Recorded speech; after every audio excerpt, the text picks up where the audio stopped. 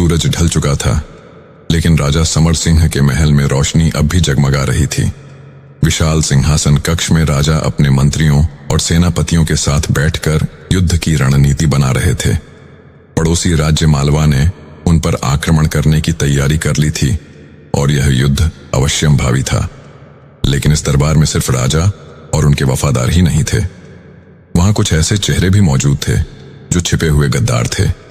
ये वही लोग थे जो समर सिंह की शक्ति को देखकर जलते थे और उनके पतन की प्रतीक्षा कर रहे थे। राजा ने अपने सेनापति राघवेंद्र की ओर देखा और कहा, सेनापति, क्या हमारी सेना युद्ध के लिए तैयार है?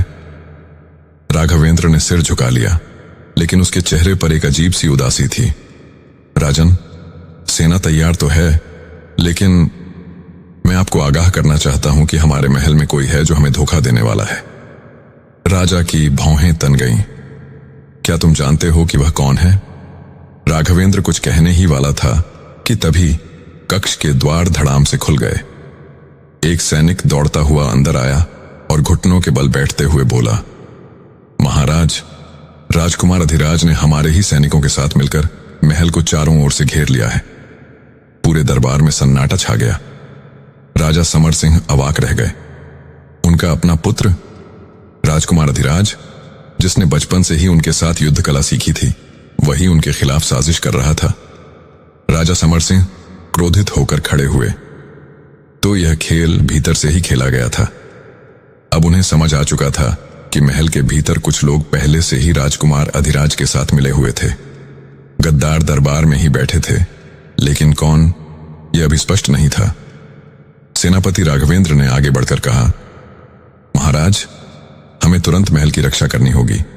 यदि राजकुमार के साथ हमारे ही सैनिक हैं, तो महल की सुरक्षा कमजोर हो चुकी होगी। राजा ने सिर हिलाया और अपनी तलवार म्यान से बाहर निकाली। जो मेरे साथ हैं वे अंत तक मेरे साथ रहेंगे, और जो धोखेबाज हैं उन्हें अपने कर्मों की सजा अवश्य मिलेगी। रात के अंधेरे में ही महल के द्वारों पर युद्ध शुरू हो गया। राजकुमार अधिराज की सेना भीतर घुसने की कोशिश कर रही थी और राजा के वफादार सैनिक हर हाल में महल को बचाने के लिए लड़ रहे थे। राजा समर सिंह खुद युद्ध भूमि में उतरे और एक एक गद्दार को अपनी तलवार से समाप्त करने लगे। लेकिन तभी उन्हें पीछे से एक जोरदार झटका लगा। एक तलवार उनकी पीठ में धंस गई थी। उन्होंने पीछे मुड़कर देखा।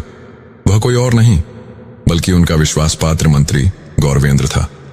गौरवेंद्र मुस्कुराया और कहा, सिंहासन की कीमत सिर्फ खून से चुकाई जाती है, और अब यह सिंहासन आपके लिए नहीं रहा। राजा समर सिंह ने पूरी ताकत से पलटकर गौरवेंद्र पर वार किया। गद्दार मंत्री वहीं ढेर हो गया, लेकिन राजा की चोट गहरी थी। उनका शरीर लड़खड़ा गया, पर उनकी आंखों में अब भी ज्वाला थी। राजकुमार अधिराज सिंहासन कक्ष में घुस चुका था। उसने रक्त से सने सिंहासन को देखा और उस पर बैठने ही वाला था कि तभी दरवाजे पर आवाज गूंजी, सिंहासन पर बैठने के लिए सिर्फ खून बहाना काफी नहीं होता अधिराज। राजकुमार ने मुड़कर देखा। राजा समर सिंह अब भी जीवित थे। वह दर्द से कराहते हुए महल के द्वार तक पहुंच चुके थे। अधिराज ने तलवार निकाली।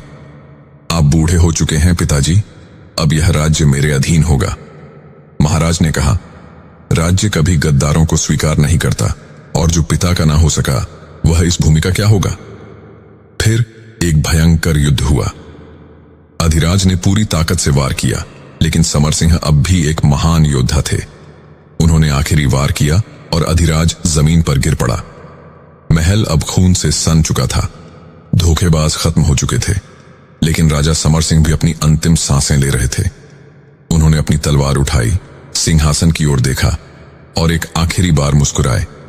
सत्ता सिर्फ उसी की होती है जो इसका सम्मान करे। जो इसे धोखे से पाएगा वह इसे कभी स्थायी रूप से नहीं रख पाएगा। और फिर राजा का हाथ ढीला पड़ गया। सिंहासन के सामने ही उन्होंने दम तोड़ दिया। उस रात पूरे राज्य में सन्नाटा था। एक धोखेबाज मारा गया था, लेकिन एक राजा भी खो चुका था।